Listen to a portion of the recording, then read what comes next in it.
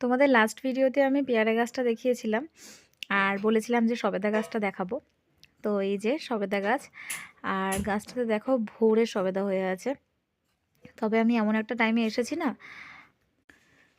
গিয়েছিলাম আসলে, আমি এখন অলরেডি বাড়ি ফিরে এসেছি।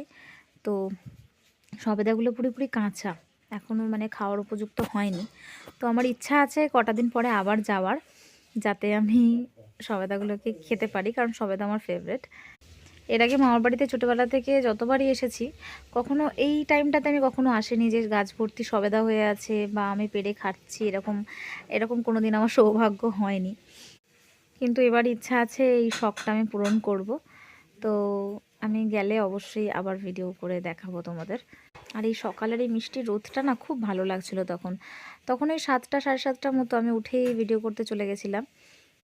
আর অত সবেদা দেখে আমি লোভ সামলাতে পারিনি, কাঁচা সবেদাই একটা পেরে নিয়েছিলাম। দেখতেই পাচ্ছ কেমন আঠা ঝরছে, এখনও ওটা পুরোপুরি কাঁচা। এটা অবশ্যই চালে রাখলে কিছুটা পেকে যাবে।